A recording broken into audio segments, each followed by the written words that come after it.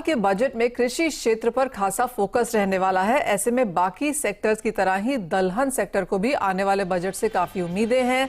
दलहन कारोबारी वित्त मंत्री से क्या मांग रहे हैं, इस पर बात करने के लिए हमारे साथ अब जुड़े हैं एफ्टा के जनरल सेक्रेटरी सुनील बलदेवा।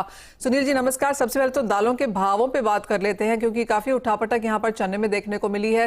जिस तरह की सप्लाईज है, मांग ऑलमोस्ट हमने नदारद होते हुए देखी पिछले क्वार्टर में, क्योंकि अक्टूबर से दिसंबर का वो समय है जब फेस्टिविटीज और शादियों का टाइम होता है। लेकिन मांग काफी सारी कमोडिटीज में एक सिक्लिकल जो हम बनता हुआ देखते हैं वो इस बार देखने को नहीं मिली।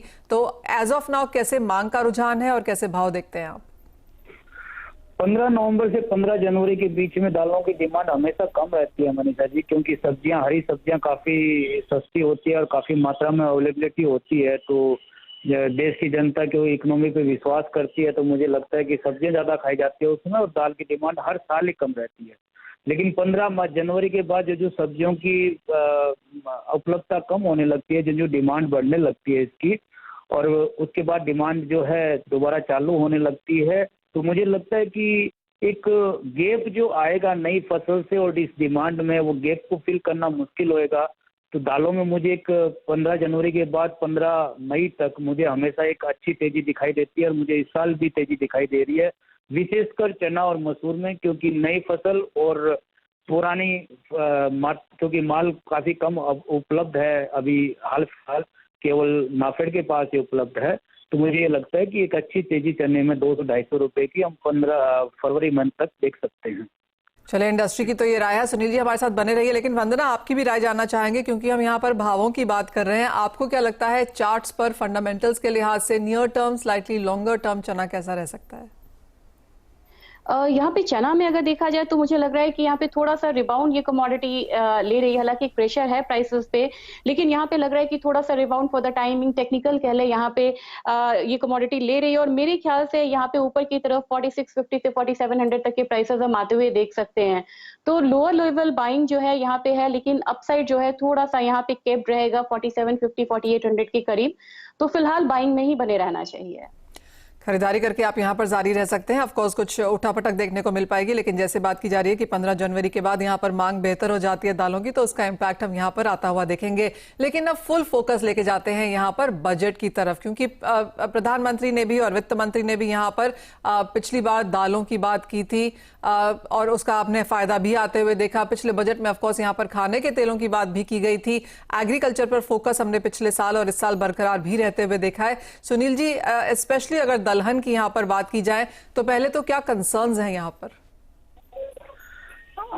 दालों की यदि मैं बात करूं तो मुझे ये लगता है कि टीडीएस में सरकार गेहूं और चावल तो बांटती है, लेकिन साथ में दाल जरूरी है, कि दाल के बिना भोजन पूरा नहीं हो सकता।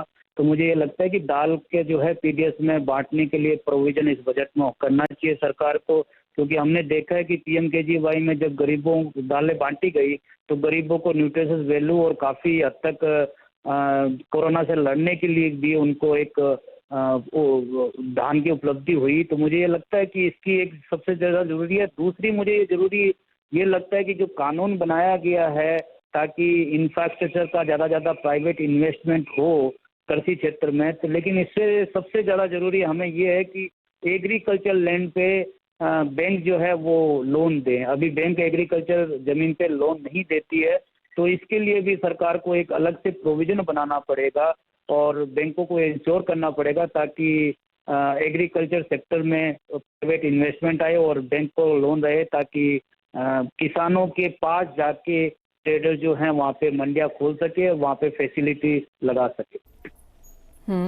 तो दो मेन चीजें हैं, एक तो एग्री लोन्स और दूसरा दालों को पीडीएस में यहाँ पर इंक्लूड किया जाना चाहिए। ये सुनील जी की तरफ से यहाँ पर आता हुआ। हमारे साथ ऑल इंडिया दाल मिल एसोसिएशन के सुरेश अग्रवाल भी जुड़े हैं। सुरेश जी नमस्कार। आपको क्या लगता है क्या कुछ इस बजट में देखने को मिल सकता है, स्पेशली जब हम दालों की बात करते हैं?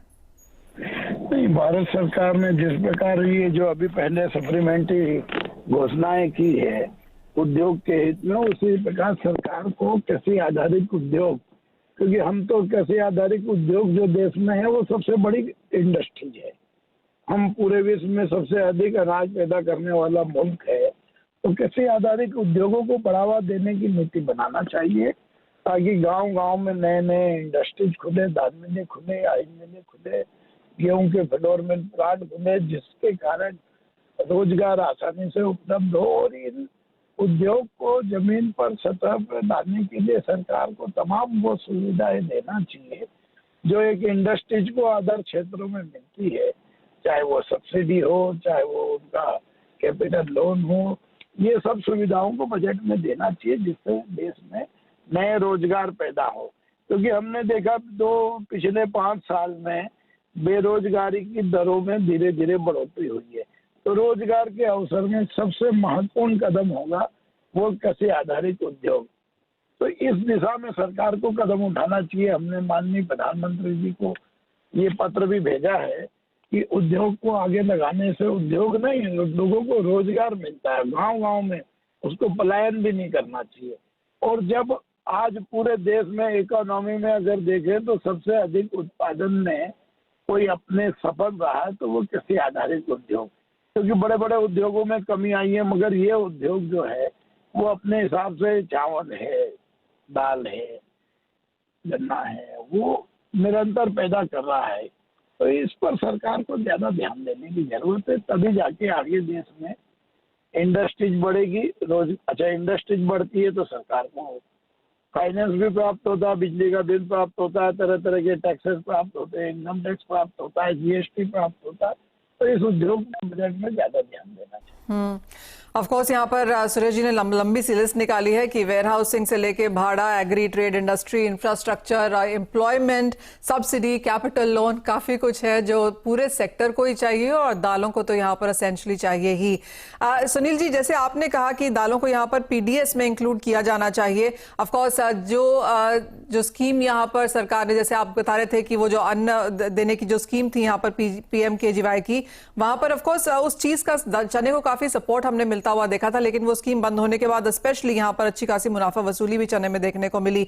जिस तरह की बुआई के इलाके हैं, जिस तरह का ईल्ड हमने चने में आते हुए देखा है या बाकी की दालों में आता हुआ देखा है, आपको लगता है कि अगर हम पीडीएस की बात कर ही रहे हैं तो कितना यहाँ पर इंक्लूजन देखने को मिल पाएगा?